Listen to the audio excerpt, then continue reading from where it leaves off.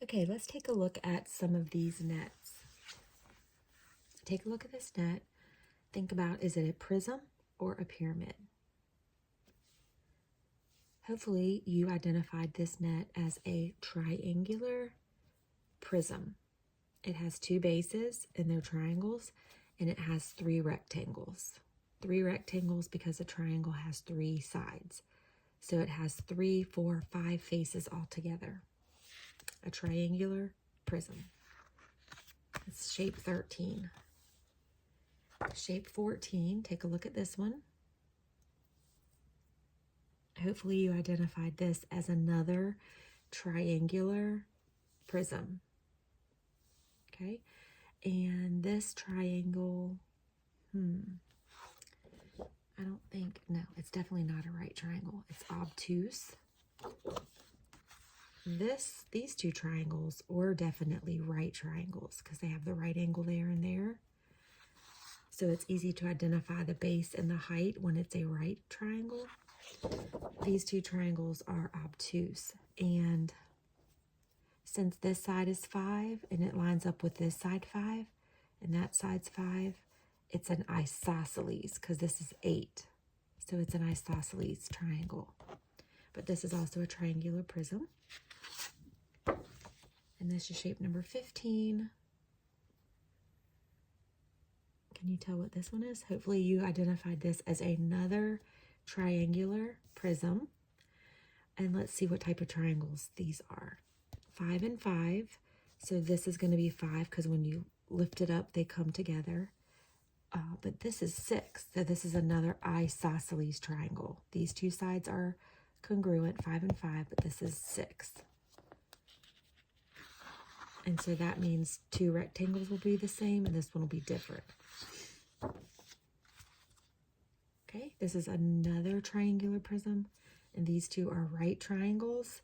So it's easy to identify the base here and the height there because the height has to be perpendicular to the base. And since this is 10, it lines up with this side. That's 10, 10, 10, 8, 8. So it's also isosceles. No, I'm sorry. It's scaling because this side is 6, this side is 8, and that side is 10. So two scaling triangles, and that means this is a square, 6, 6, 6, and 6. 10, 10, 10, 10, 8, 8, 8, 8. So all three rectangles are different measures because all three sides of the triangle are different. So it's really important to identify with the nets what type of triangle it is, if it's equilateral, isosceles, or scaling. So here we have another triangular prism, and 10, 10, and 12. Isosceles. And this is going to be a congruent isosceles. And that means one rectangle will be different than the other two. So 6, 6, 6, and 6, 12 and 12, and this is 12 and 12. No, sorry, I'm tired. This is 8, so this is 8 because they're going to go up to each other, and then it's going to fold down to, this is 10 and 10. That's an interesting net. You don't usually see them like that.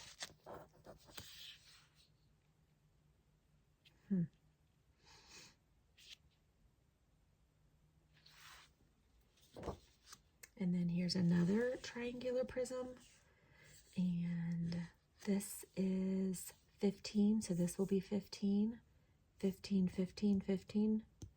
So this is equilateral, 18, 18, 18, 18. So this is equilateral rectangular prism.